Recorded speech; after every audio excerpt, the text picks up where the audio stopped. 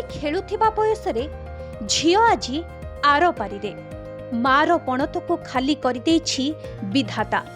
ଆଉ ଶୁଭିବନି ଝିଅର ମା ମା ଡାକ, ଶୁଭିବନି ମା ମତେ ଖାଇବାକୁ ଦେ। ଭଗବାନଙ୍କର ଏ କି ବିଚିତ୍ର ଖେଳ। କ'ଣ ଭୁଲ କରିଥିଲା 4 ବର୍ଷର ନିଷ୍ପାପ ଝିଅ?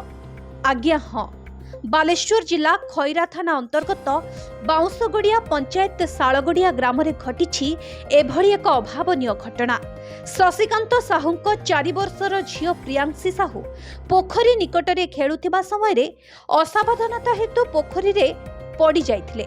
ପରିବାର ଲୋକେ ବହୁ ଖୋଜାଖୋଜି ପରେ ପୋଖରୀରେ ଭାସୁଥିବା ଦେଖି ଝିଅକୁ ଉଦ୍ଧାର କରିବା ସହ ଖଇରା ମେଡିକାଲକୁ ନେଇଥିଲେ, କିନ୍ତୁ ସେଠାରେ ଡକ୍ଟର ତାଙ୍କୁ ମୃତ ଘୋଷଣା କରିଥିଲେ। ଝିଅଟିର ମୃତ୍ୟୁ ଖବର ଶୁଣି ପରିବାର ସಮೇତ ସ୍ଥାନୀୟ ଅଞ୍ଚଳରେ ଶୋକର ଛାୟା ଖେଳିଯାଇଛି। Bureau report, live news.